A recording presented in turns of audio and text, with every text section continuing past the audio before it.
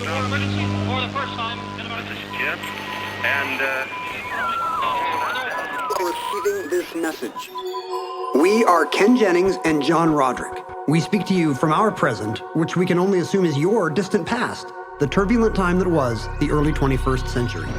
Fearing the great cataclysm that will surely befall our civilization, we began this monumental reference of strange and obscure human knowledge. These recordings represent our attempt to compile and preserve wonders and esoterica that would otherwise be lost. So whether you're listening from an advanced civilization or have just reinvented the technology to decrypt our transmissions, this is our legacy to you. This is our time capsule. This is the Omnibus.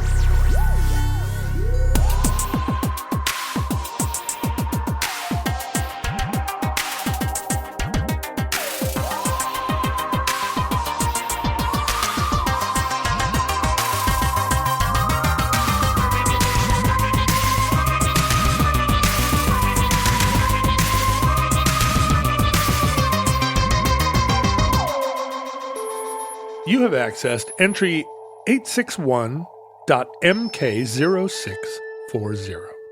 Certificate number 18999. Officials General. That would be the difference. That's what the general is referring to. Attorney General is referring to. Not official generals. That'll be a different show. Official Generals. That was my burlesque troupe. Is that right? Mm-hmm. It's a little militaristic for a bunch of big guys doing burlesque. Like you're like the Village People, but you're all just wearing the uniforms of 4 different armed services. Yeah, just the tops.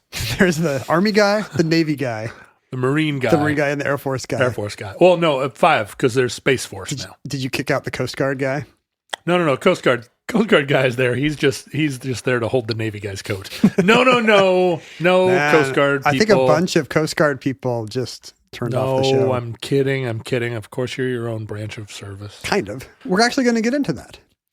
There are more than 5 or even 6, if you count Space Force, uniformed services. Oh, sure. There's the Surgeons General. That's right. There's the... You're never going to guess the 8th. You could be the biggest... Postmaster General. You could be the biggest policy wonk and not know what the 8th uniformed service is. Oh, no. Let me think. I've got to know this. The 8th uniformed service. I mean, it's weird that the Surgeon General is part of a uniformed service. Yeah. But I guess we see him in an admiral's uniform ever since C. Everett Koop tried it out. It's not the Park Service? No. It's the... I'm willing to bet you've never even heard of it. Okay, let's go. What is it? NOAA has a commissioned officer corps. Oh, I did know that. They're like the fighting weathermen. Yes, of course. Or something. Well, because those NOAA ships used to be parked down at the foot of the University of Washington. Sure. And I had actually a member of the Long Winters, Jonathan Rothman, worked up at NOAA. The one at Sandpoint? At Sandpoint, where the Soundgarden is. Mm-hmm. And, that's a very secure facility. It is now. I tried to take my niece to see the Soundgarden. It's been closed since COVID. Yeah. And you need an enhanced ID now. You can't even get on with a driver's license. Well, it was closed since 9/11. It was closed for many years after 9/11, but it finally reopened. It's just a lot of people didn't know because it was closed on weekends. Oh. So you had to go there during NOAA office hours. What's funny is in the 90s, you could just go up there and throw your bong water all over and who cares? Yeah, you walked across that bridge with that had like quotes from Moby Dick on it, I think. Yeah. How come Soundgarden didn't have a song about quotes from Moby Dick? Maybe they did. The Great Gray Shroud of the Sea. How well do you know the oeuvre? The work of Soundgarden. Why do we always talk about Soundgarden on this show now? Oh, they're the great American band. Remind me, because I can't remember, did you take a language in high school? Yes. Which one? French. Ah. And I took Spanish in college. And I assume French is like Spanish and Italian, where I know in general adjectives follow the nouns they modify, unlike in English. Is that typical in French? Ouais. Like I have a yellow pencil. J'ai pencil yellow. You weren't really paying attention. Le crayon jaune or something like that? I have zero idea how to speak any foreign language, but I can sit in a room where people are speaking a foreign language and mostly grok it. If you only speak English, you might think it's natural that a modifier would come before the word. That's how we say things. Yellow pencil. The big truck, The yellow pencil. But of course, it makes no sense at all. The happy gentleman. But yeah, what a weird. Why wait to see who you're talking about? Especially when there's a long list of them. The big red creeping. What? You're like, what? Bug? Ogre?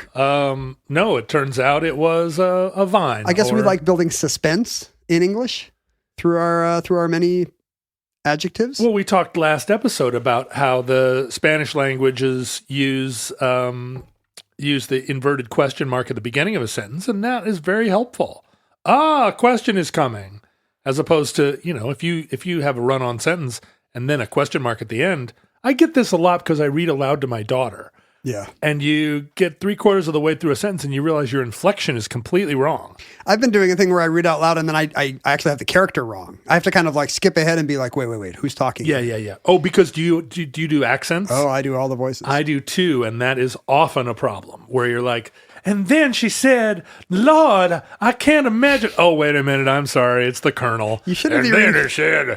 Why are you reading Tennessee Williams to your poor daughter? She needs to learn. In Spanish, it's most common for adjectives to be placed after the verbs they modify. El lápiz amarillo, the pencil yellow. There are cases where you put the adjective first, but generally it's because if the adjective were placed second, it would have a slightly different meaning. Oh, you do sometimes put it second, but in order to convey something different. Yes. Well, sometimes as an exception, it goes first, but that's because it would mean something different second. For example, un pobre mujer. If you say a poor woman. Yes. Un mujer pobre is a poor woman in that she doesn't have money. Un pobre mujer is like an unfortunate woman. I see. The same with el gran. But we don't make that distinction in English. Well, we could by saying, she's a poor woman, or she's a poor woman. She's a poor woman. I guess. Oh, that poor woman. You could say that woman is grappling with poverty. Yes. That brave woman. That's not very succinct. No, that brave woman is grappling with poverty and is also sad because her husband left her. How would you say that? That poor, poor woman. You have to convey some kind of intersectionality. Yeah. In Spanish, it would be el pobre mujer pobre, la pobre mujer pobre. Right. You can say el gran escritor. That means the great writer. Or you could say el escritor grande, which means the big writer. Uh-huh. But it's the same adjective and the same noun. Sure. In the same way, un viejo amigo is an old friend. An old friend. But that's ambiguous in English. Right. But an amigo viejo is an aged friend. Yes, an elderly friend, I guess. And actually that happens I might ask you, hey, John, do we ever put the adjective after the noun in English? And you would probably say, I don't know if I can think of a case. Gee, Ken. It sure seems unlikely. Why am I speaking like Richard Nixon? There are actually some fairly common cases where we do the Romance language thing and we put the adjective after the noun. It just sounds so normal to us we don't even hear it. What is it? Give us an example. There's a few cases. The most common is for for many indefinite pronouns, especially compound indefinite pronouns like someone or anywhere. Like, oh, did you meet someone interesting? You would never say, did you meet interesting someone? Right, of course. You could. That would be consistent with, did you meet interesting people? But we just say someone interesting. We say anywhere good. Did you go anywhere good? Uh-huh.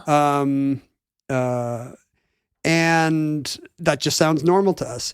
It's true in the case of participles. We often do it with when the adjective is a present or past participle, which is like all students entering. Okay. You could say all entering students, but it kind of means something a little bit different. Yes. Or you could, one of the options declined. You could also say one of the declined options, but there's a slightly different shade of meaning, or at least rhythm to the sentence. And are those holdovers from an earlier time in English language, or is that really stylistic? I mean, English is such a goulash of German and Latin. Yeah, it's got both things. Yeah, and is that a thing where the two influences collide, and it just sort of depends on where you're standing, or is it something that in Gaelic? Yeah, see, that's a good question. I don't know if in other kinds of Anglo-Saxon, old Germanic languages would you put the adjective after the indefinite pronoun? Because as we'll see, most of our exceptions to this, most of our postpositive adjectives, you're exactly right. They're direct borrowings from Norman French from the 1st century after the conquest, when educated people in what would become Britain, in the British Isles. Right. It was still Britain. In 1069. Yeah, in 1066 and a half, and for the next century or so, educated people, 1166. including all the monarchs, spoke Norman French, and so they used a lot of borrowings. In fact, we even have a few cases in English where it changes the meaning to put the adjective before or after the noun. You know, we often do it with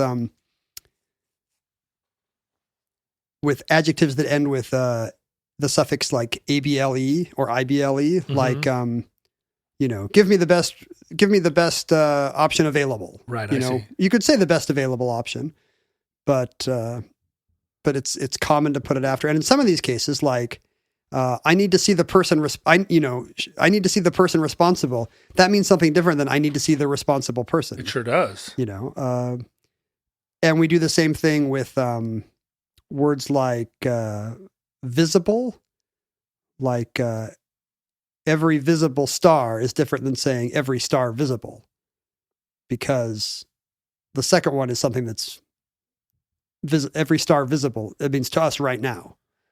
Every visible star could be visible at any point. And do all these examples feel like slightly archaic or more formal to you?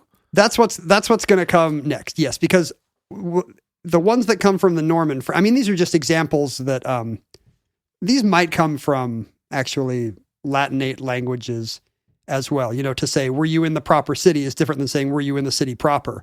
And I think my guess is that is a borrowing from Norman French, because a lot of these do sound slightly elevated or old-timey or archaic. And so a lot of the ones that have survived to us in English are for that very reason. Because it's communicating nuance, but nuance that to ask, are you in the city proper, is a level of nuance that feels like you almost wouldn't need it if you were living a simpler life.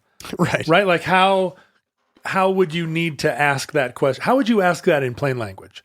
Are you right in the city? Yeah. Are you in the city? Are you within city limits? Yeah. Are you in the city center? Yeah. But even that city center, are you in the middle of town? Like, are you in the city proper? City proper does seem like you're trying to convey a level of, elevated speech, education, gentility. Even, I guess, are you in the proper city?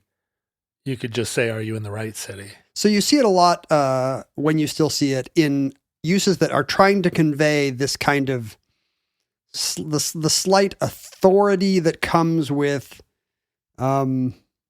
archaic speech. Like it's in poetry a lot. Longfellow's Forest Primeval or Milton's Paradise Lost. Yeah. In fact, it shows up in titles a lot, like Paradise Lost. You know, it's Langston Hughes's A Dream Deferred or Shelley's Prometheus Unbound. You know, all these would work just fine. A deferred, Langston Hughes's A Deferred Dream. The meaning is the same, but it doesn't have the same kind of emphasis or authority that it does by just moving the punctuation to the end.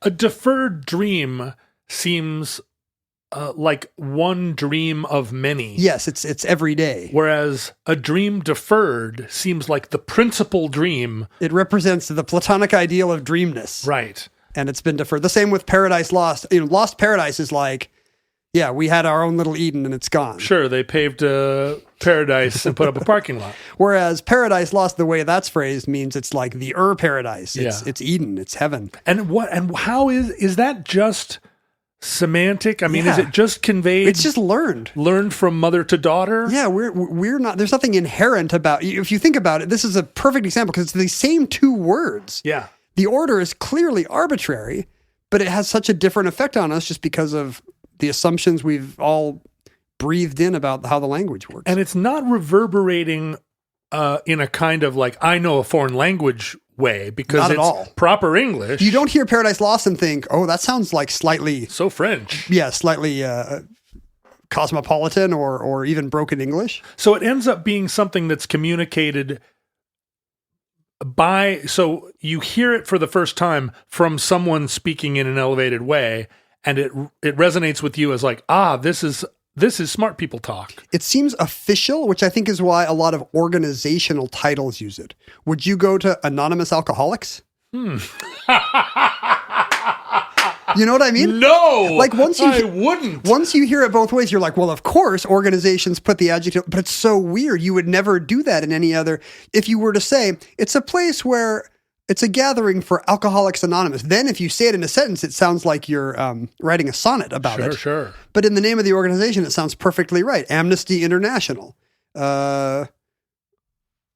What else? Workers United. It somehow just gives it an official imprimatur. It really does. That it wouldn't have. It really does, and it does feel at that point literary rather than functional, right? It's Workers United and United Workers. Yeah, one sounds so prosaic. Yeah, and just like, it's just a bunch of maybe that's because people milling around. Because it's the less common structure. It becomes distinctive. It's branding. It really is. Yeah. I mean, the abbreviation would still be AA. Sure. So, you could still say that. Sure. But I mean, there are a lot of things you could call AA. Friends of Bill. Ants archaic.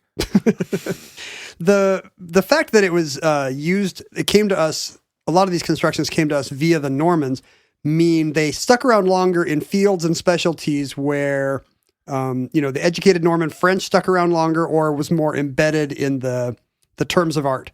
For example, medicine. Yes, all the sciences, all the specialized professional fields, even religion, for example. Sure. You have clerics speaking Latin and then Norman French. That's why we have life everlasting or God Almighty. We can still say everlasting life or Almighty God, but it doesn't sound weird to us to do the postpositive order there. The people that I hear this most from is alchemists. Every time I'm talking to a group of alchemists, I'm like, get your word order straight. I must take my ointment purple and mix it with my elixir royal. Heraldry. I mean, you're joking, but heraldry is a place where all the adjectives tend to come after. If you describe somebody's coat of arms, it's going to have a bend sinister, right, with a lion passant. Or a dragon rampant. I think rampant is when you're up on your forelegs. Yeah, that's right. Yeah. I don't know what all the things mean, but heraldry is. It's a rar. That's right. A lion rar. Royalty, of course, we mentioned it was, what the kings of the Norman dynasty would have spoken. And that's why we still have phrases like the prince regent, right, the queen consort. Even the idea that we put regnal numbers and titles after Ivan the Terrible or Henry VIII, there's no reason it couldn't be the Terrible Ivan or the 8th Henry, but it's just borrowed from the way that the original kings spoke. Cuisine, we get a lot of our recipes from Romance languages, so it's veal parmesan and spaghetti bolognese, not give me some of that bolognese spaghetti, right? Or taco supreme, like it's just it conveys something. It's nicer than a supreme taco sounds weird. Yeah, I don't want a supreme taco, but I do want a taco supreme. It seems like a supreme taco might curtail voting rights, whereas a taco supreme just has sour cream on it. But it's interesting that we would say that about a taco, that it's a taco supreme, but we would not say that person delivered unto me an insult supreme. Right. It doesn't. It doesn't sound like Shakespearean, right? No, it didn't go all the way to permeate our language. It's really located. It's reserved for titles. Yeah, and coinages that are much closer to Norman French or to romantic culture. When we hear burger supreme or taco supreme, it kind of conveys, mid 20th century. A burger royale. But we still don't. But you're right, with cheese. But it still doesn't sound, it still has some kind of cool official sounding brand. Yeah. It doesn't sound medieval. No, but it sounds like a subdivision outside of Philadelphia. Law is another common one where these Norman French terms stuck around. And again, they just sound official. Malice aforethought, right. Not court martials, notaries public. A lot of times they're just phrases that stuck around because they became cliches, time immemorial, an heir apparent, to trip the light fantastic. These just only survive in a single context. And there are some adjectives that always go after a noun, even in English where that's unusual. Emeritus, for example. He's a diplomat emeritus. He's a professor emeritus. Or galore, or extraordinaire. It's not grammatically correct to say, we've got galore flowers, or my wife is an extraordinaire chef.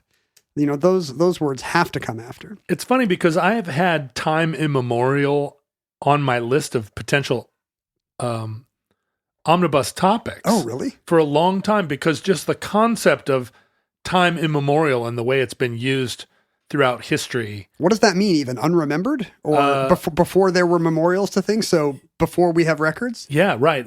Time stretching to infinity, or time into the darkness of time. Does it include? Would you say the present day is part of time immemorial? I guess I shouldn't give it away if you're going to do an entry on this. Well, yeah. I mean, we're kind of traipsing around it, but yeah, it's here. Kind of, it's right in between laugh tracks and oral rehydration therapy on my list of potential show ideas. So you're not alphabetical, I guess. No. Do you keep your show topics alphabetical? No, I keep them chronological, but the problem then is it's always just like last in, first out. There's stuff I wrote months ago that I can't even remember what it means anymore, whereas the thing I thought of last week is what goes in. Probably the single most common use of postpositive adjectives in English, the one field that just loves them to death, is politics. Right. We still say the body politic as kind of a highfalutin way to refer to political processes and bodies. It's so proximate to law. Yes. And law. And royalty. And royalty. And law and royalty, really the Normans really brought the hammer down in terms of, if you think about, all of our laws are derived from that period. English common law is the basis for a lot of American law. And do you remember the recent kerfuffle over, don't call Biden president, kind of a right-wing talking point, but don't call Biden president-elect. That term is nowhere to be found in actual legal documents. President-elect is a postpositional adjective. Right. The chosen president, the elected president, but not yet. What did the conservatives want to call President Biden when he was? I think they wanted to call him President Trump. It just didn't work out. Oh, right. There are examples like, this is going to sound very old-timey, but envoy extraordinary and minister plenipotentiary. I love those titles, but they always feel very Turkish. Yes, they feel right? Ottoman, right? But that's not true. They were used in Western Europe. In fact, they were used, I think, up until kind of modern kind of Congress of Vienna times, or actually maybe more like League of Nations, United Nations times, kind of democratized the relationships between nations. Because what that conveyed back in the day was, we only send our ambassador to the good countries. Right. Everybody else gets an envoy extraordinary and minister plenipotentiary. He has the full power of the head of state or the sovereign. He just doesn't represent that. He's not able to make his own decision in those moments. The ambassador is supposed to be as if the king is standing there. The ambassador doesn't have to call home and ask. Yeah, and he has the full power to do all the things the king can do. He just does not the embodiment of the king in the same way. I always wanted to be a minister without portfolio. Wouldn't that be great? It just seems like exactly the right job for me. It seems incredibly easy. Yeah, right. All those other guys are working. They have portfolio. They're always working through their portfolio. Yeah. That seems like they've got an inbox.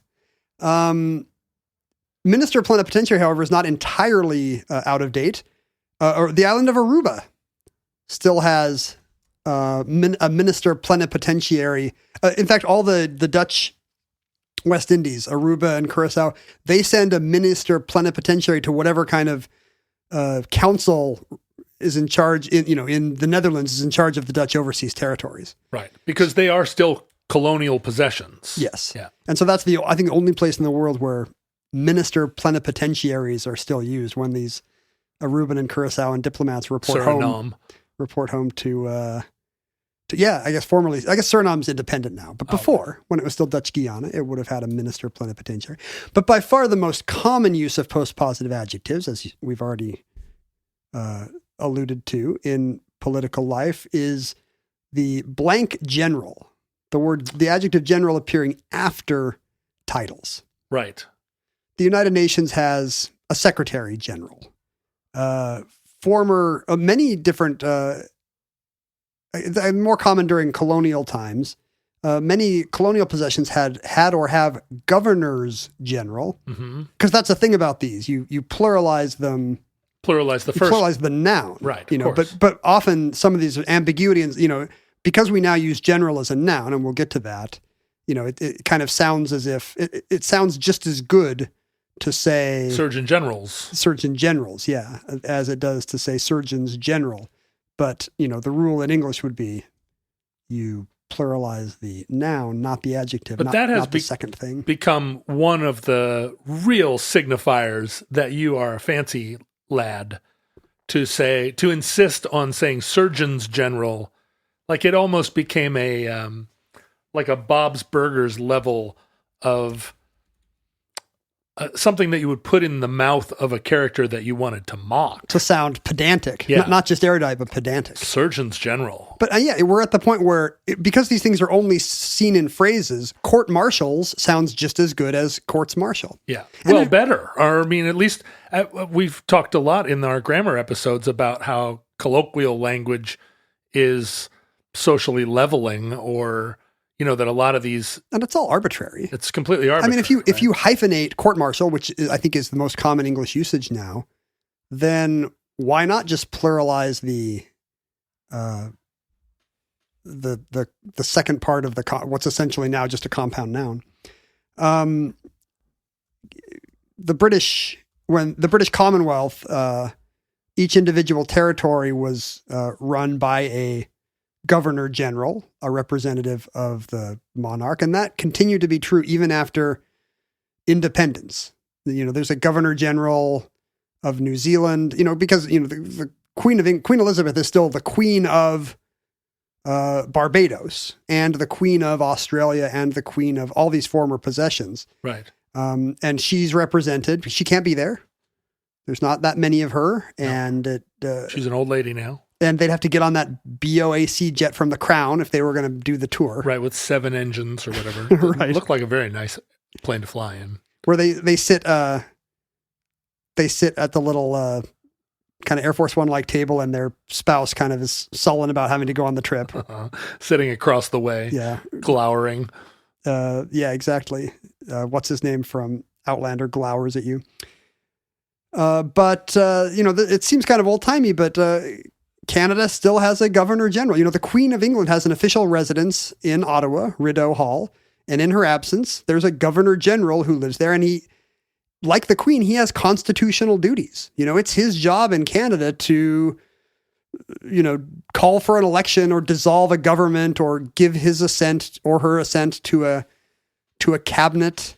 And they have ceremonial duties as well, like the Queen does. I think in practice, the governor general is essentially a rubber stamp, kind of by common acclaim.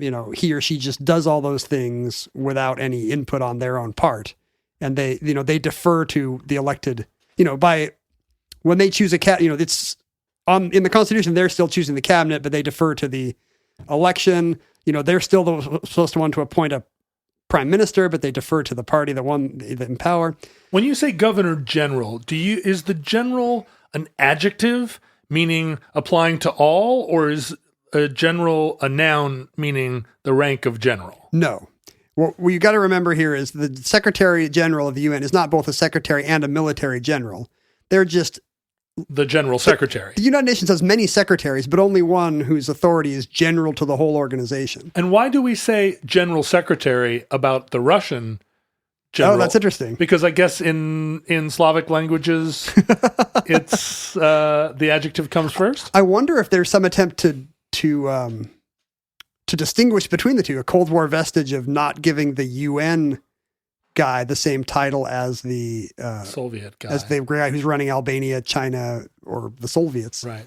The governor there's a tradition in Canada, this is not constitutional, but there's a tradition of alternating the governor general between Anglophone and Francophone candidates.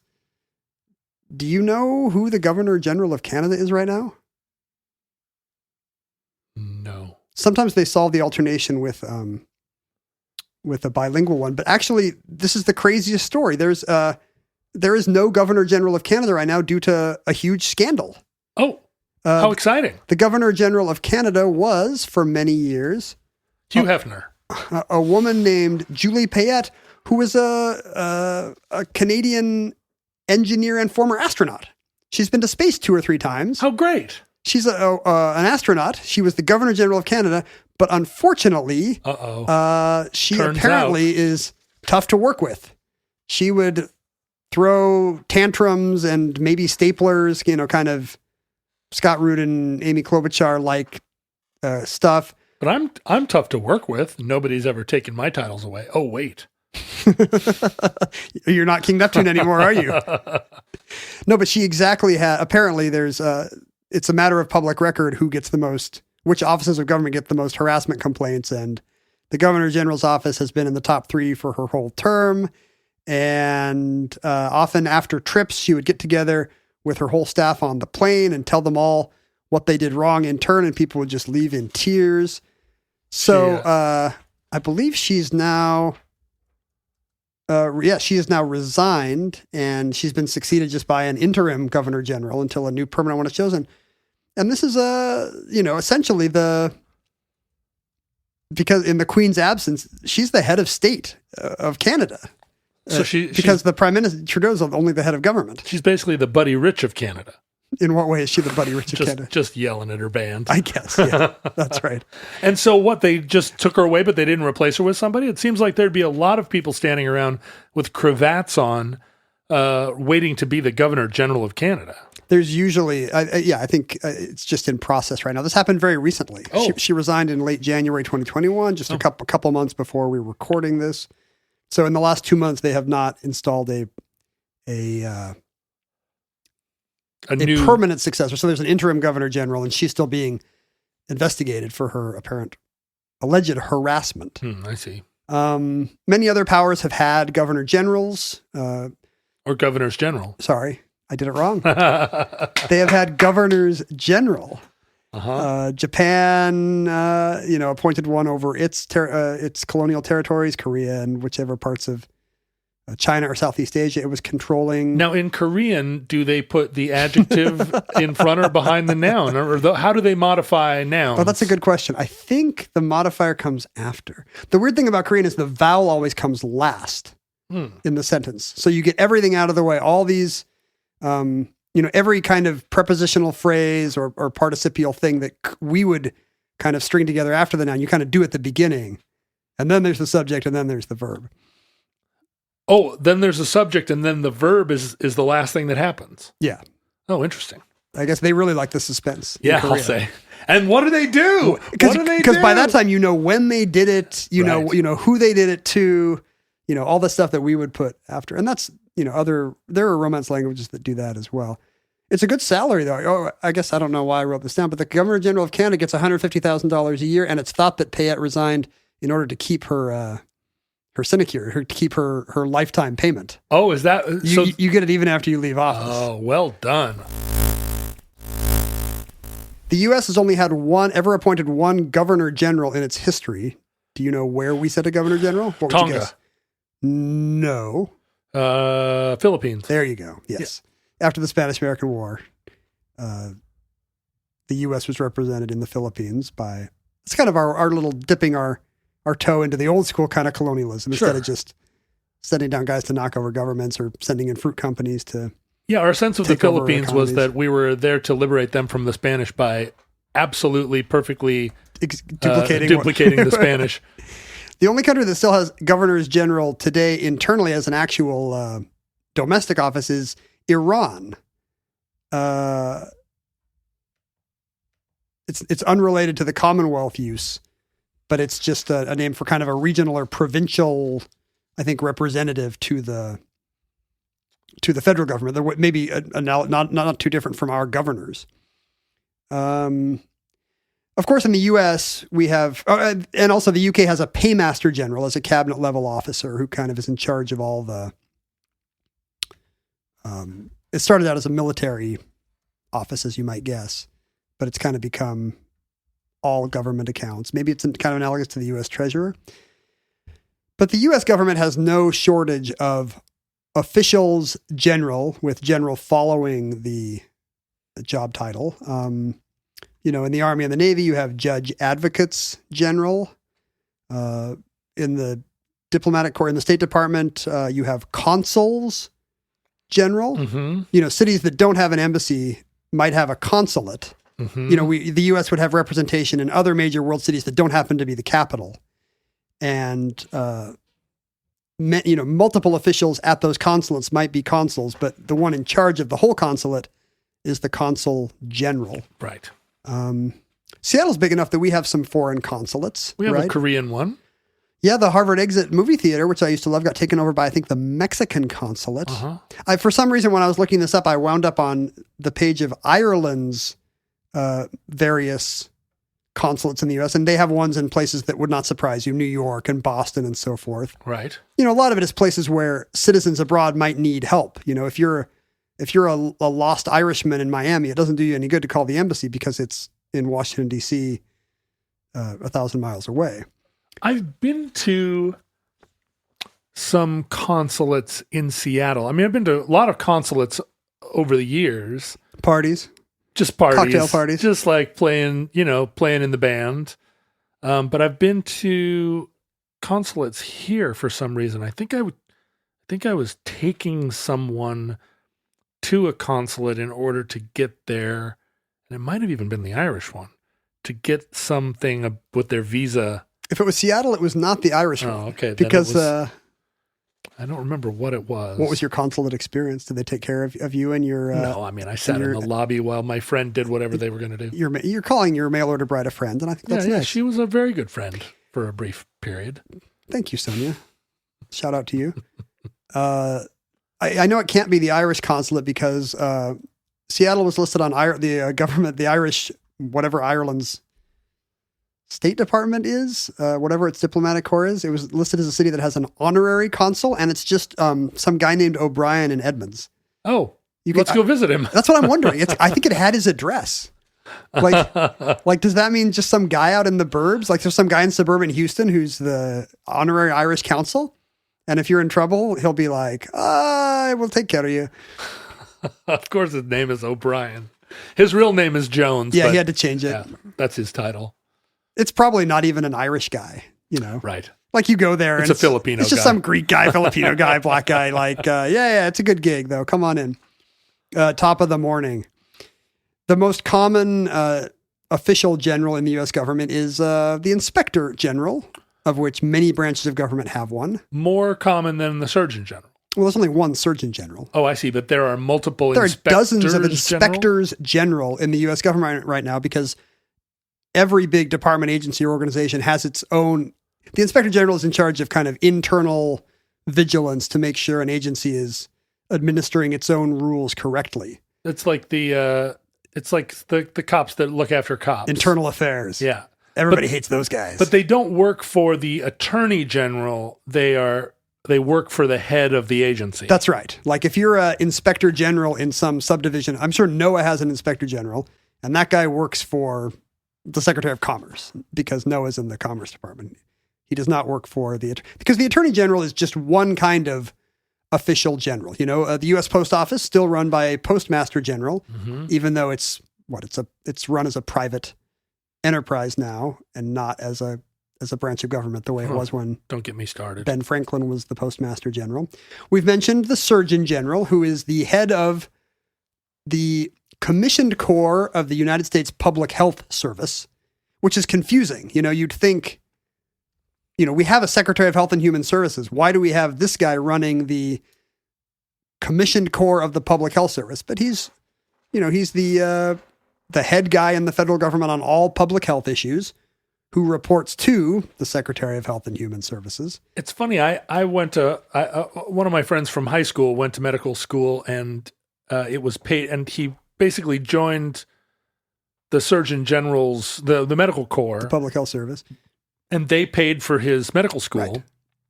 And then he entered in to this commissioned officer corps. And at my last high school reunion, which was 30-year high school reunion, we were talking, and he apparently is a colonel like the level of colonel, but he's a doctor. And I was like, how often do you wear your colonel uniform? And he was like, sometimes you have to actually dress the part. There are ceremonial occasions when he's expected to show up in, well, everybody thought it was funny when in the Reagan era, C. Everett Koop wore he's a vice admiral, the head of the Surgeon General, the head of the Public Health Service Commission Corps, is a vice admiral because it has ranks. I mean, apparently there's colonels, if your friend's any indication. Yeah. But apparently it's run by an admiral, not a general. So he has this kind of naval-looking uniform, and no Surgeon General had worn his ceremonially in a generation, apparently, when Koop decided he would. And he was between the uniform and kind of the weird Uncle Sam beard, plus the fact that he was a very visible voice on 80s era issues like abortion and AIDS. You know, he had a higher profile than any Surgeon General before or since. He really was a public figure. But yeah, mostly because of his odd facial hair. They look like Navy uniforms. Yes. All of them. He's a vice admiral, man. Yeah. And of course, it would be incorrect to call the Surgeon General because he or she is an admiral.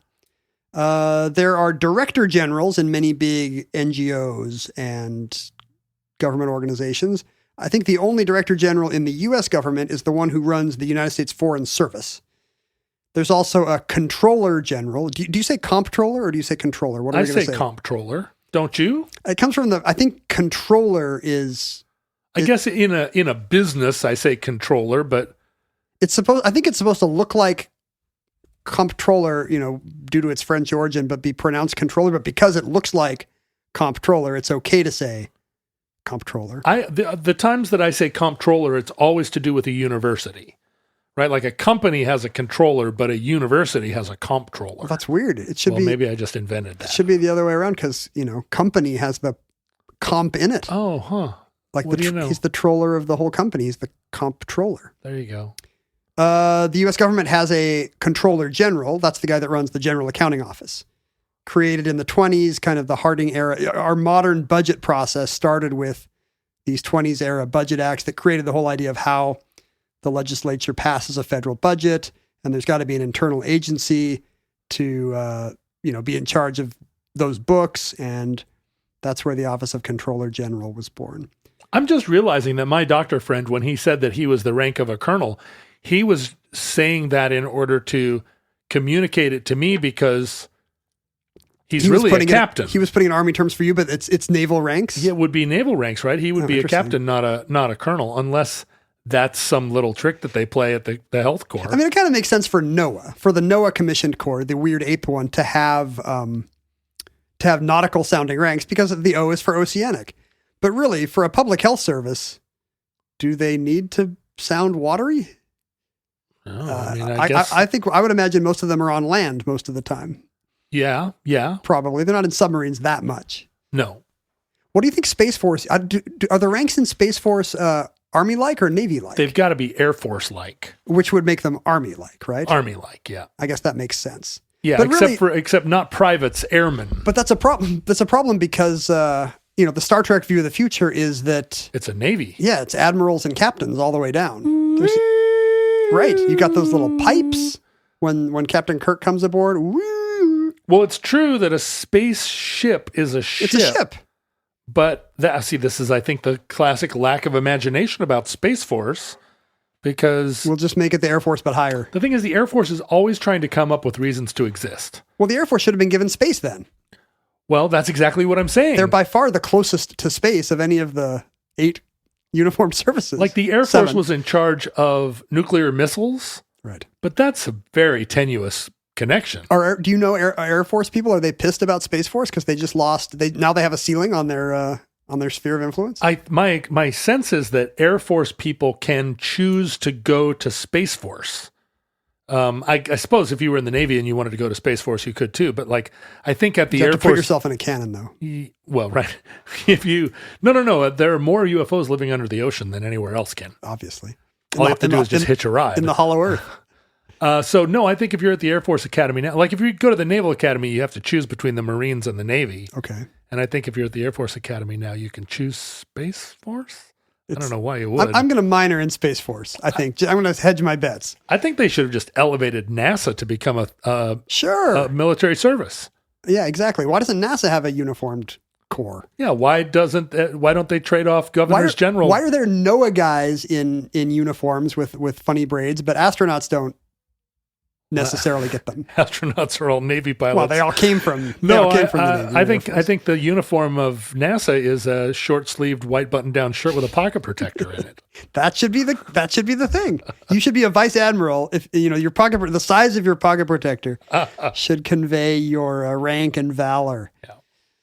I guess Star Wars kind of equivocates, right? The Imperials have admirals running the Star Destroyers, but they also have generals, presumably landing the land forces as well. Boy, you know a lot more about Star Trek than I do. Well, there's what's his name, Captain whatever, sees his admiral get force strangled at the beginning of Empire, and then he becomes an admiral. What are we talking about now? Is this Star Wars or Star Trek? Star Wars. Oh, Star Wars. The so-and-so saw his what do the who? Captain, Darth Vader, he's always killing off his officers, right? Sure. So he takes out Admiral whatever, and then Captain whatever is suddenly Admiral now. Well, but Captain is a rank in the Navy. Yes, but there's also generals.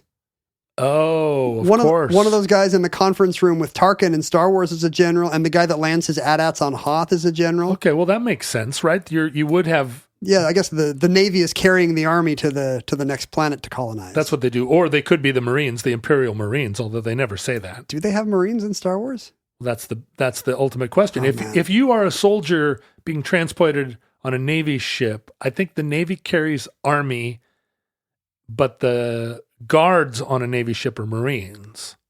We're going to get so many letters from people explaining the exact ranks of the Imperial. All the people that have watched military. every episode of Rebels and Clone Wars are going to yell at us about not realizing that Admiral Dooku was a whatchamacallit. Is Count Dooku a vice admiral? He's kind of got that coupe-like beard.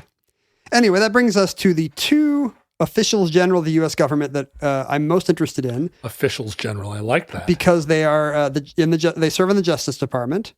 There's the Attorney General, of course. Even though he's in the cabinet, he is not the Secretary of Justice, because that would sound too much like maybe a comic book character. Secretary of Justice. That sounds like Judge Dredd or something. Well, but the problem is that once they established the Department of Homeland Security, it was like the death of irony. Nothing could be more ridiculous sounding than that. Nothing could sound more Third Reichian. Yeah, so I mean, why not just have a Secretary of Truth? We already have all the other Orwellian... but there's also the Solicitor General. Oh, yeah. Who serves in the Justice Department. And he is the primary prosecutor? Yes, he litigates in front of she litigates in front of the Supreme Court. Right. And the interesting thing I have found, which I did not know about the Attorney General and the Solicitor General, is that there is a 80s era trend, since the 1980s, they have commonly been called general. Oh, what? Like as if it were a title. When the Attorney General testifies in front of Congress, it's not unusual to have senators direct the questions to General Reno or General Ashcroft or General Barr or who's an Obama or General Holder, as if that was their rank. It's common at the Supreme Court when you want the Solicitor General to make an argument, you call him or her General Olson. Interesting. As if they were military generals, which is, to me, seems super weird. Well, you remember that episode of The West Wing when Josh Lyman is at the hospital because President Garfield has been shot or whatever. Oh yeah, he gets shot. He takes a bullet in an assassination attempt. And Josh Lyman is in the hospital and he's trying to throw his weight around. And I remember, and maybe I have this episode completely wrong, but I remember at one point Josh Lyman says, I have the GSA equivalent rank of lieutenant general or something like that. Is that even true? Well, the White House staffers have equivalent military ranks? It always stuck in my head because it seemed implausible that the deputy White House chief of staff would, as a political appointee, have an equivalent military rank. That's not a chart. Because you could be there for 6 months and get fired, and then for 6 months, are you like you get to go on the PX and get all the DVDs you want? I still got my military ID. Do I get to board first? What are you looking it up? What? Every time I look this up, most of the references are to Josh Lyman and not to real chiefs of staff. Right. Oh, you've looked this up before? No, I'm just looking it up right now. But here we go. State Department protocol. There are State Department protocols that have a kind of precedence. This is an order of precedence. Yes, that would put civilian authorities like a White House administration staffer in a receiving line or something. And in his protocol, I guess the deputy chief of staff is indeed higher than a 3-star general. Right, and it's a way of communicating like civilian authority. This is per a White House reporter who says that, for example, a National Security Council senior director is the equivalent of a 2-star, a flag officer, a general, or whatever a 2-star admiral is called. Uh-huh. If Josh is actually the assistant to the president, he would be 2 ranks above that. So that's more like a 4-star general. Wow. Maybe. Or what's that kind of admiral called? Fleet admiral? What's the equivalent of a 4-star general? Yeah, well, full admiral. Full admiral, right. That's weird. But there's no such equivalence between the Solicitor General, just the lawyer who argues cases in front of the Supreme Court. There would be no reason for that person to have any equivalency to a... We'll look it up. Where are they in the order of precedence? I don't know. Let's see. Solicitor General. Is the Solicitor General a real general? Signed, Ken Jennings. Dear Santa, is the Solicitor General my real mommy? This state.gov protocol page has now moved. How much do we care about this? Do I have to find it? Well, it's the point you're making. The order of precedence of the United States of America. The Solicitor General does appear here. They are a 23B, which would make them equivalent to the head of a federal departmental agency, for example, the FBI. Oh. They're as good as the head of the FBI or the FAA. Hot diggity. That puts them just behind level 22, which is, this is insane, which is the chairman of the Board of Governors of the Federal Reserve and the commissioner of the Social Security Administration. You're behind them. But good news, you're ahead of the level 24 people, which would be a retired Joint Chief of Chairman of the Joint Chiefs. Who still has some... Yes, a retired chairman is still... a head of independent agencies, like a retired Joint Chief of Staff, is a head of the current head of the, say, Peace Corps, or FCC, or U.S. International Trade Commission. Now, I wonder how often... The Postmaster General, by the way, is 25, but just behind those guys. I wonder how often in American history you find a situation where 5 guys are standing around in the hallway at the White House, and they're all BSing about something, and somebody pulls rank on somebody else because they all surely must know. We need to do a show just about this order of precedence because it's insane. Number 1, president. Number 2, vice president. Number 3, before any of the people who could actually inherit those offices, a state governor when it's your own state. Oh, no kidding. If you're in Montana and you're the governor of Montana. Then the governor of Montana is ahead of the Speaker of the House, the Chief Justice. 6A, former presidents and their widows. Huh. And their widows. Uh-huh. Oh, sorry, or their widows. I guess so this you get replaced by your spouse that outlives you. This is the type of thing where if you are in the receiving line when the Queen visits, yes, and you're the wife of a wife of a president, you're 6th in line after. Yeah, Nancy Reagan, as she survived, would be ahead of the ambassador at post, which is 7. But behind the governor of Missouri, yes, if this was in Missouri. Yes. But since we don't have any embassies in Missouri, both those rules cannot both be in play. I see. You can tell it's a State Department document because the Secretary of State is several steps ahead of the rest of the cabinet. It goes Secretary of State, then UN officers, if in session, if applicable, then ambassadors, then the rest of the Supreme Court, then retired chief justices, then retired other justices, then the rest of the cabinet. Oh, wow. Yes. And then the cabinet goes in order of... And no one from Congress in that list, even Speaker of the House. Speaker of the House has been 4th, but nobody yet until right after the cabinet and other cabinet level officials, which means EPA, OMB, etc., CIA. Then you get President Pro Tem of the Senate. Then you get Senate Majority Leader, Majority Whip, Minority Whip. Why even go to this party if you're the Majority Whip? Then see, this is mystifying. Other governors come between Senate leaders and whips and House leaders and whips. This was all just horse trading at some point, right? Incredible. You can just picture them in 1798.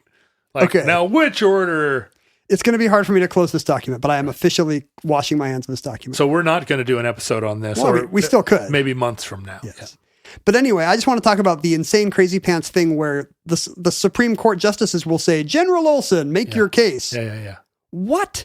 So Warren, we got to call him something. Well, Warren Burger always said Mr. Solicitor General, and he would have said Ms. Solicitor General if he had had the what he would have considered, I'm sure, the misfortune to live at a time when there could be a lady Solicitor General.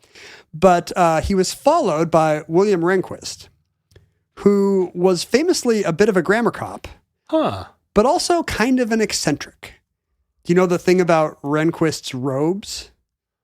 Suddenly he just shows up one day with 4 yellow stripes on his sleeve. Oh, I remember that. Do you remember? Yeah. He looked like the dean of law school. He did. And it was a tradition that he did not get it from Burger, and Roberts, his successor, did not adopt it. But in fact, it was because he did a community theater production of the Gilbert and Sullivan operetta Iolanthe, and he got to wear a costume with 4 sleeves, and he thought it looked bitchin'. It did look bitchin'. But can you imagine thinking, oh yeah, so clearly I should do this as the Chief Justice of the United States. I can do whatever I want. I'm the Chief Justice of the United States. I think that's the idea. Like, who's going to tell me no? I should point out that the first female Solicitor General of the United States was Elena Kagan. Yes. Now Supreme Court Justice. Who appears in our story. Because Elena Kagan, as Solicitor General, was asked how she wanted to be addressed, and she decided, I want to be General Kagan. She's the one who decided it had been done before. So Rehnquist had been calling solicitors general surname. He's the one that invented this? Well, he apparently did not invent it, but he popularized it, as we'll see in a moment. As part of his colorful way. Yeah, as part of Who's Gonna Stop Me, I think. I feel like he is not colorful in any other way, because I always thought of him as a real gray man. It spread to, well, I mean, if his idea of a fun personal quirk is to dress like he did in a Gilbert and Sullivan operetta, that is kind of as hobbies go, that's a pretty dull one. I mean, while he was at it, why not just dress like Pinochet? Why not just have the whole epaulets and his stars? So again, let's remember that the Solicitor General is not a military general. They're just kind of the many solicitors there are. Right. This one has the most general purview because the broad it's one. Government wide. Yeah. So, but this habit of saying solicitor surname spread to senators addressing the Attorney General, which Janet Reno always disliked. Being called General Reno? Yes. Clinton, apparently it went up to the president. You know, it became so ingrained in government that President Clinton would introduce her as or talk about her in the third hand, General Reno when she took out Waco, people would just be, oh yes, yeah, of course, she's the Attorney General. But to be called Attorney General Reno is so much more badass. Right, Attorney General Reno. Like General Reno, it's like, but Attorney General, it's just like so, I don't know, it's got so much more heft to it, it feels like. She was succeeded by John Ashcroft, who was asked, would you like to be called General Ashcroft? And he was like, look, Mr. Ashcroft, General Ashcroft. He literally said, just don't call me late for dinner. Uh-huh. That was his quote when he was asked what the practice would be. Famously hilarious man. Who is funnier? Who is funnier than John Ashcroft? Remember when he made them cover up the nude statue behind him at a press conference because he didn't want there to be a penis in the room? What a nut. But as I said, when Elena Kagan became Solicitor General under the Obama administration and later his pick for a Supreme Court justice, she really embraced General Kagan on feminist grounds. Like, hey, if a bunch of male solicitors general have been called general surname, then I'm sure not going to set the precedent of, well, we're going to call the first woman Ms. Kagan, right, or Ms. Solicitor General. And because solicitor sounds like somebody that's coming around trying to convince you to read the Watchtower, right? Like solicitor. No soliciting. There's no signs that say we love soliciting. Yeah, no attorneying. There probably are signs that say that. Not in my neighborhood. And it's gotten to the point where even in transcripts of Supreme Court oral arguments, it will say General Kagan or General surname in the, like, as the before the colon, speaking the line of dialogue. Uh-huh. So that's now like the official opinion of the U.S. government is that the Solicitor General should be called General Your Name here, all because of Rehnquist. You know, our current Solicitor General is a woman, Elizabeth Preliger. She's a new Biden appointee? Just appointed. She's the acting Solicitor General. Right. And so I guess that must be, I always forget which positions require Senate confirmation, but apparently Solicitor General must be one, or she would not be acting. Oh, she was law clerk to Merrick Garland. The current Attorney General. Yeah, what do you know? They're all in bed with each other. So I've never heard. Oh, she's fluent in Russian. Now that's interesting. Yeah, see? Oh, wait, she was Miss Idaho in 2004. Wait, really? Whoa. This is suddenly now better than Canada being run by a stapler-throwing astronaut. This new trend of calling the Attorney General and Solicitor General has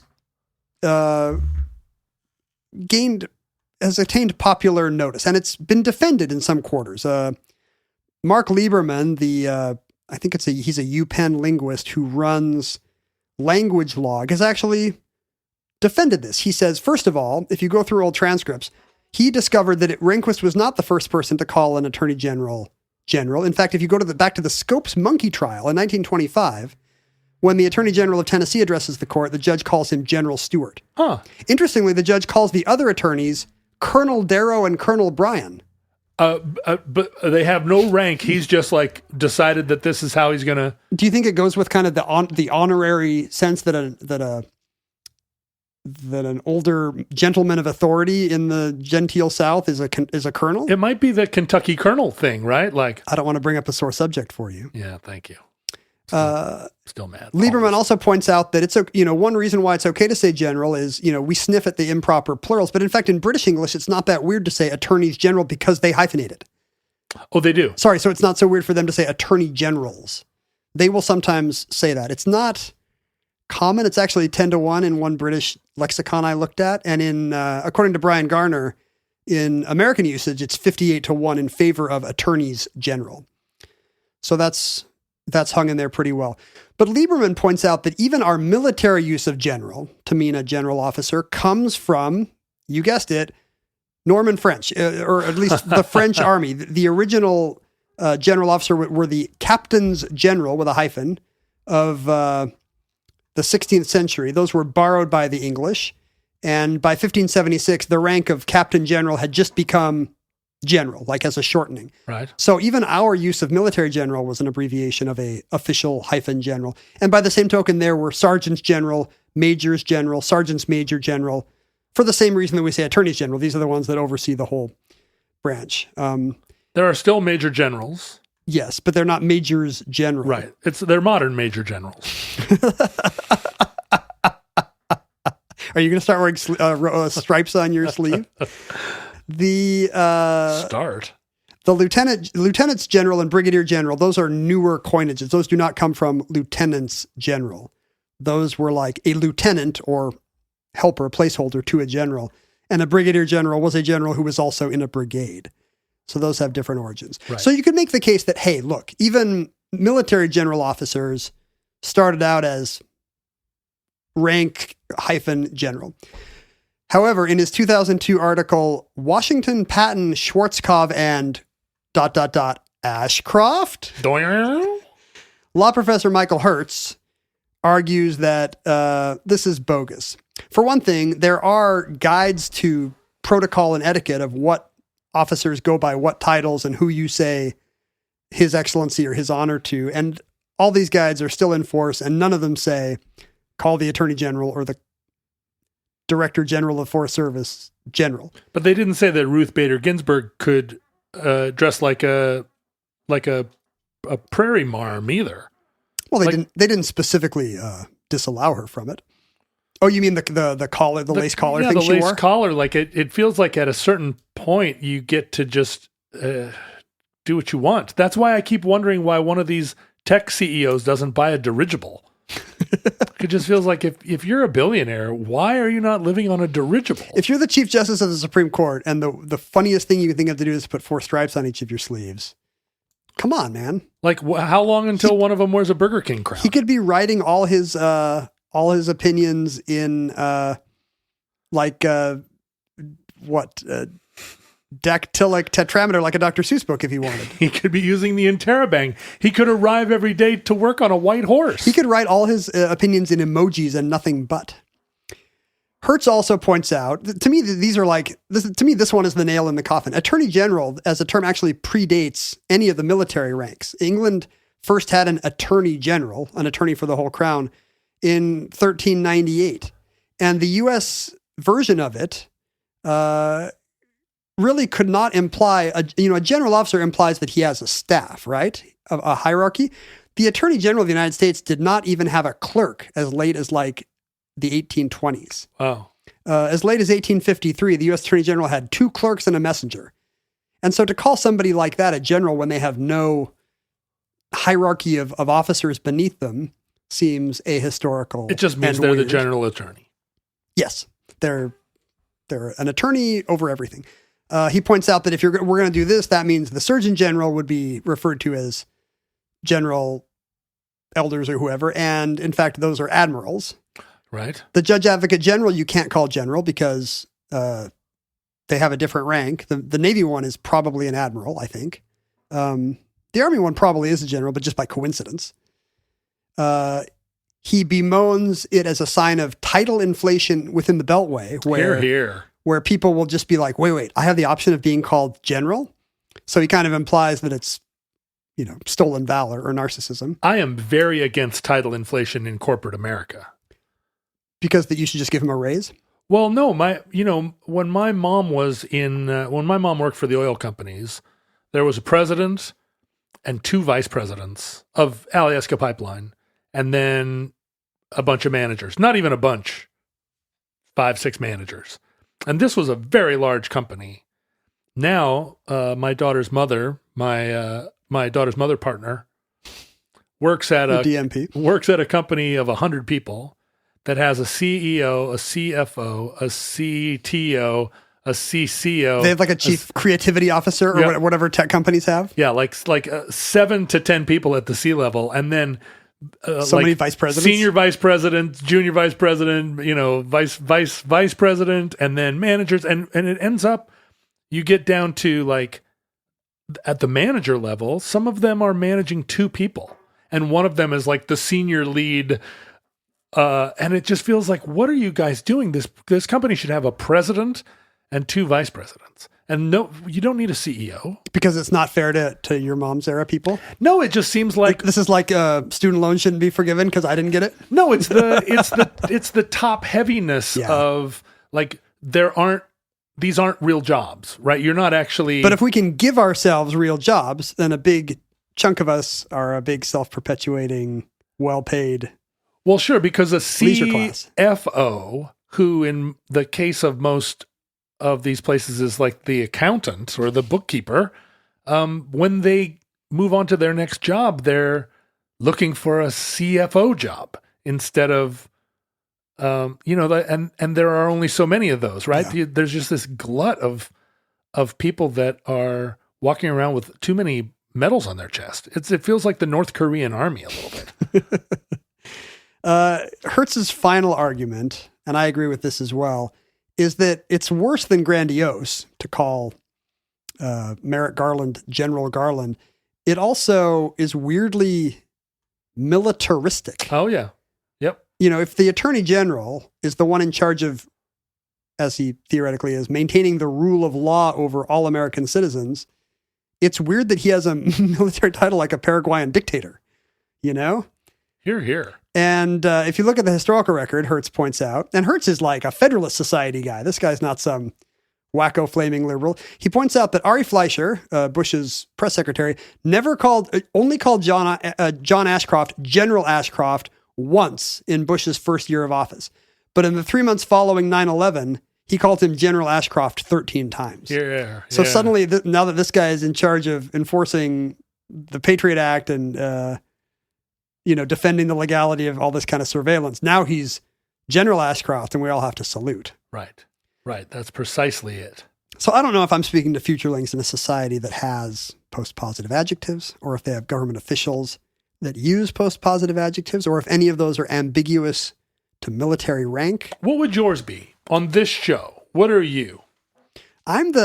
We should be like a Ben and Jerry's or Southwest kind of company where I'm the chief officer in charge of fun or whatever. You know how they always have I'm the chief wackiness officer. Do you think that you're the chief wackiness officer? Yeah, I'm the CWO. I tell everybody when it's Ice Cream Friday, and sometimes I'm the one that dresses up in the funny costume at the casual office party. And which one am I? If you're the chief wackiness officer, what's my rank? You're executive vice president in charge of Hawaiian shirts and moral dudgeon. But it seems like you're higher ranking than me in that. Yes, that's exactly right. Do you have any notes on that? No, sir. And that concludes Officials General, entry 861.MK0640, certificate number 18999 in the omnibus. Futurelings, in the unlikely event that social media still exists in your era, Facebook, Twitter, and Instagram are archived at Omnibus Project. Our handles were at Ken Jennings and once upon a time at John Roderick. You're still on Patreon. You can find me doing all kinds of creative work, including other podcasts and long-form writing at patreon.com/John Roderick. But only... Is that right? Yes. Patreon.com/John. But that's only an option if you've already maxed out your Omnibus Project contribution. Yeah. That's right. If you can give no more to Omnibus, if you have given already, if you've given the legal limit, it's like look up your legal taxable income that can be donated to Omnibus, and if somehow you have leftover, if you came into a bunch of money, come on over to Patreon.com/John Roderick and listen to the podcast I do with my sister, Road Rage. Shouldn't it be called Rod Rage? Well, it's about how mad we get at other drivers and how that reflects poorly on our character, but how we also feel like maybe it doesn't matter. But also it does. It deeply matters. Is this a conceit that can sustain a podcast? Yeah, because every week she and I... You have new driving stories? Yeah, she comes over to my house and I'm like, what happened this week? And she's like, oh, there was this guy driving in the right lane and he was, had his blinker on. And there's always something she's mad at. And she's very chill, enlightened person. She's like a yogi. But then other drivers just throw her into, just make her insane. And they do me too. I mean, that's why the Buddha achieved enlightenment, because he was never like a carriage driver. Yeah, that's right. He was stuck in traffic, but he was in the back. He was sitting in the car. He was reading his book. He was probably in one of those things that two people carry. Right, a rickshaw. That's not a rickshaw. A litter. They call those a litter. Sure. It's a litter, royal litter. So anyway, we talk about that. And then at the end, we always try and figure out, what can we do to be better? And then we're like, who cares? And then we say, oh, come on. And then we say, it's a great show, really. Rod Rage, I think. Road Rage. I like that you're not making it sound better than our show. I appreciate that. No. I mean, our show, Omnibus, is definitely what the people are listening to right now that are listening to this. But you think the next trend is going to be... Before they listen to podcasts about driving stories. I'm going to do a show with my sibling where we just tell each other what we dreamed last night. That'd be good, right? Why don't you? I could, right? Well, yeah, you have a brother. I have a brother and two sisters. They presumably have dreams. Maybe like me, they always see celebrities in their dreams. I remember one time I was I was sitting around a swimming pool with Kristen Shaw at the Chateau Marmont. Delightful alt comedienne. This was a half a dozen years ago, and we were doing a television show that never aired. We were filming a pilot, and she was there because her husband was one of the writers on the show. We were sitting around the pool, and somebody had done a gag where they put up a sign that said, "It's been, 7 days since our last accident. And she said something, she tried to punch up the joke. And I said, oh, well, it's, the joke is, and I explained the joke. And she, had the like. Did you mansplain the joke? She believed that her joke was funnier. And her joke wasn't funnier. But she's a professional comedian. Yeah, maybe her judgment should be accepted as to whose joke was funnier. That was John. That was exactly her take. She was like, well, one of us is a professional comedian. And that feels a little bit like your rod rage suggestion. It's a hat on a hat. Yeah. Don't joke the joke, Ken. Don't joke the joke. Got it. Anyway, please do go to patreon.com/omnibusproject and max out your donation. To support this show. To support this really great show. That hypothetical one that John just and not pitched. The amazing Road Rage show over on my Patreon. You can email us and tell us which show you like better. And I would start off by addressing it to Ken and saying that you like Omnibus better. You can email us at theomnibusproject@gmail.com. You can socialize with other futurelings and make up fake titles for each other and call each other Chief Creative Officer and Plenipotentiary. Chief Wackadoodle Ministers Without Portfolios. Wherever futurelings are found. So what happens if you put futureling in the internet? Futureling. The first thing that comes up is, it's our futureling graphic tee and pullover hoodie on cottonbureau.com. But then the second thing is the subreddit. The subreddit, futurelings. The Facebook group does not come up. There's futureling groups on Goodreads. That's nice. Yeah, that is nice. That our listeners read books. Futureling hashtag on Twitter. Some more t-shirts. The funny thing is, if you pluralize it, the Facebook thing is third. Really, the Facebook organizers need to optimize that for the singular, I think. Yeah, there needs to be some search engine optimization. That's right, because when you put futurelings, it's the Reddit that comes up first. Again, first two are Reddits. What is going on with Reddit? I think it just means subreddits are better indexed than Facebook pages. Right, there you go. Also, you can mail us real-life things. Please don't put any living things in there or perishable items. But you can mail us things to P.O. Box 55744, Shoreline, Washington, 98155. What do you got in the mailbag over there, Ken? There was a very big box this week from Eric, who says, for the both of you to pass the time in the bunker, I hope you enjoy assembling all these Lego into many fun shapes and structures. Say what? More Legos! There's a little... There's an airplane, float plane? But it's like a mail plane. It's a float plane and a dude with a... Oh, it's a ski plane. It's a ski plane and a dude with an envelope, a letter to deliver. That's very cool. But there's also one of these classic all-purpose little chests. Oh, I love those. Why is he so generous to give us these Legos? That's so funny that we just did it was a listener request to do a show about Lego, but maybe from now on we should just do shows about things we want to get in the mail. Yeah, like Krugerrands. Yes. Like, you know what? Next show... Certificate number 12345, blank checks. Thank you. I think I'm going to end up keeping the mail plane, and you're probably going to get the cool big box because you've got a younger kid than I have. A younger kid. Well, that's incredible. I love Legos. Thank you, Eric. Thank you, Eric. He does not say Legos. He says, so many Lego. Look at all these Lego. He loves the singular Lego. The plural Lego that sounds like a singular. Legos general. Listeners, from our vantage point, or point vantage here in your past distant, point vantage, we have no idea how long our civilization survived. We hope and pray that the catastrophe dread that we fear may never come. If the worst comes soon, this recording, like all our recordings, may be our word final. But if Providence allows, we hope to be back with you soon for entry another in the Omnibus.